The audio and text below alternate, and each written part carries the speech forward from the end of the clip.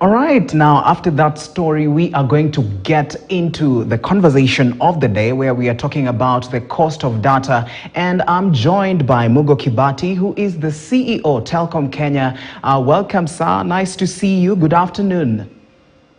Good afternoon. All right. Thanks for having me. All right. Thank you so much for joining us for business today, this afternoon. All right. Now, let's get right into the conversation and look at the internet coverage in Kenya. In terms of that, how are we performing as a country? Well, we've come a long way over the last few years in that we now have, in terms of mobile data coverage, about 55% of our population reached either through 3G or 4G technology. So we have come a long way, but we still have a long way to go. And thankfully, through the Communication Authority, Universal Service Fund, to which all of us contribute, there are plans, obviously, to expand that mobile data coverage. All right, and there's also, I was reading a certain report which is positioning Kenya out of 117 countries, like it's 106. Now, Kenya is number 106 in terms of speed, internet connectivity. Where are we looking at in terms of 2023 now that we've started a new year? Going forward in the coming months, are we looking at this number maybe decreasing, or also are we going to further go down to 117? I think, a surprising ranking on that report, but I think we're also victims of our own success because we have quite a bit of coverage, and in terms of people accessing data, mobile data, we are way up there.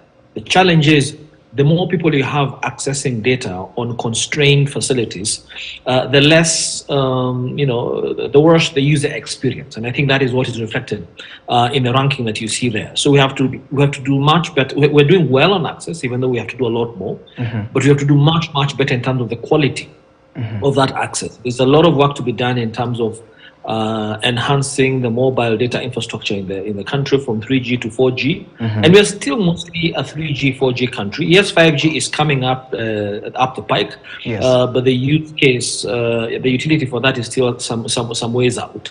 We're still at a 3G, 4G country, and particularly we need to expand our 4G network. I would also like to add that increasingly, even though we talk about mobile data, there's going to be a confluence between mobile and fixed data.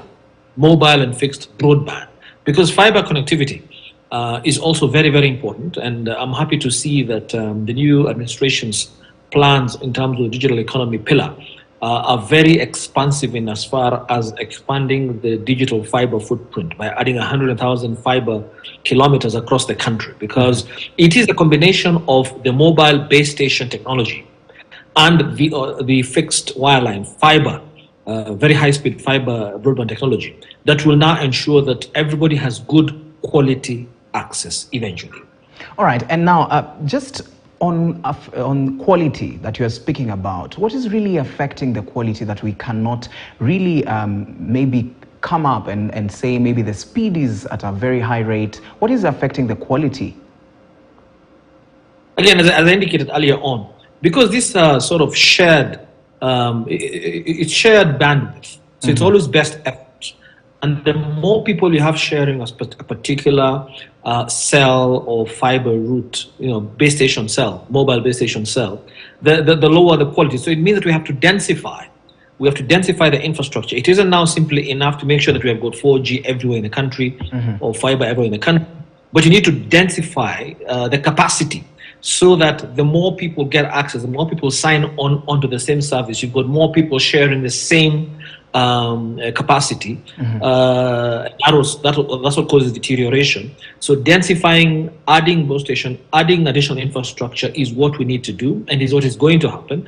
We at Telkom are planning to put up about 2,000 base stations over the next 2 years. We've put in about 224 this year just at the coast. We're also planning to increase fiber connectivity, and as I mentioned, the government has an ambitious plan of 100,000 kilometers of fiber. All this in concert will lead to, one, more people accessing data, but also better quality data, because you've got more resources being shared by more people.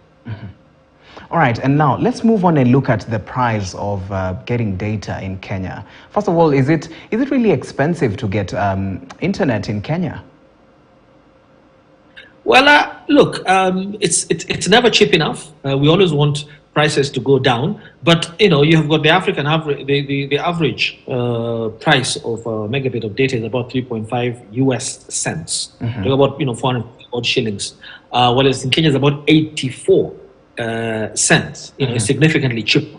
But of course, it's never cheap enough, and especially because our lives, both professionally and as well as socially, are increasingly consumed by data. We now have, ever since the COVID pandemic came upon us, mm-hmm. We now have gotten accustomed to living virtually, whether in our professional capacities or with our families, socially. We're engaging increasingly more virtually, and that calls for a lot more broadband, a lot more bandwidth for data. And we just haven't been able to expand fast enough. The demand is moving faster than the infrastructure being laid out. However, I do hope and believe that soon the telcos will catch up. We intend definitely to catch up with that, and the prices will also come down. Technology is improving, with both fiber and mobile technology is improving. Products and services being proffered by the various providers also becoming more innovative. We have a Madaraka Life product, for instance, which assures you 1 gigabyte of data per month, mm-hmm. initially, for just 5 shillings a month, which is a tremendously lowly priced product, mm-hmm. Because we are alive to the fact that data is fast. Both voice and data are fast becoming a commodity that is not going to be the source of revenues for a lot of these companies, but is going to be an enabler for other activities riding on the technology that we supply or we offer. Mm-hmm. And now also a couple of, can I say, like a year ago, really 5G was the talk of town. Everyone was talking about 5G. And as you've rightly said, that we are still just lingering between 3G and 4G. Now, to reach into the spectrum of 5G, what needs to be done in order for this to be just spread across the country? I think I would like to caution, I think we all get excited by new technologies and developments, but I think at the end of the day, we must be focused on the need, not on, having the latest gizmo just for the sake of it. So if you think about it, we are still, in terms of 4G coverage, we still have a challenge in terms of smart devices being available to everybody across the country so that they can access the existing 4G technology. And I should have mentioned that access to smart devices is also one of the barriers to access to data. And so it's important that we first of all fix where we are and make sure that the 4G access is across the country and we have the devices for it. When it comes to 5G, 5G is definitely the way we're going to go. It's a much superior technology. However, think about it. How many people have got 5G devices today? Very, very few. In terms of Internet of Things, the IoT, because 5G really is applicable to IoT. This is where you have smart homes, smart buildings, where your lighting system talks to you, your fridge talks to you, your TV talks to you and comes on when you come into the house. We're still a ways from there.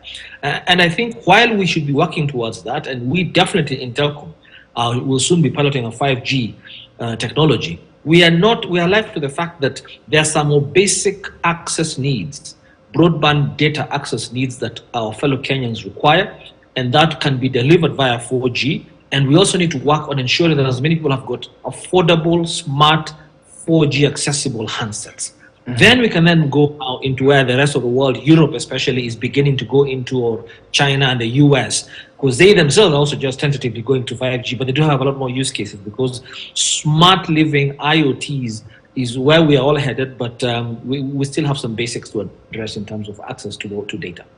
All right, thank you so much. All right, now, before we leave you to go, leave us with something when it comes to internet connectivity in 2023, by the time maybe we say we are ending the year. What are we looking at? What is Telkom going to be improving in terms of this? I think I would like to talk about the next 1 to 2 years where we have solid plans to, first of all, expand our coverage. we're clear in telecom, and I'm always asking our users to bear with us that we do have some parts of the country that are yet to be covered, but in the next couple of years, we intend to make sure that every part of the country is 4G covered. We also are working in concert with other players in the market to ensure that we have smart devices, affordable, smart handsets, accessible to as many Kenyans as possible. So it's a combination of expanding our network, our 4G network, as widely as possible across the country, and ensuring availability of affordable, smart devices that will make sure that Kenyans have that access. And then obviously, we'd like to work with as many people as possible, many players as possible, starting with the government of Kenya, in terms of building the digital economy, which requires several applications that ride on our technology, and ensuring that application service providers, content creators, we're able to partner with these people in order to produce, to provide citizens with solutions that make their professional as well as their social lives easier and easier by the day. All right, thank you so much for joining us this afternoon. That is Mr. Mugo Kibati, who is the CEO, Telkom Kenya, speaking about internet connectivity and where we are looking at as a country in terms of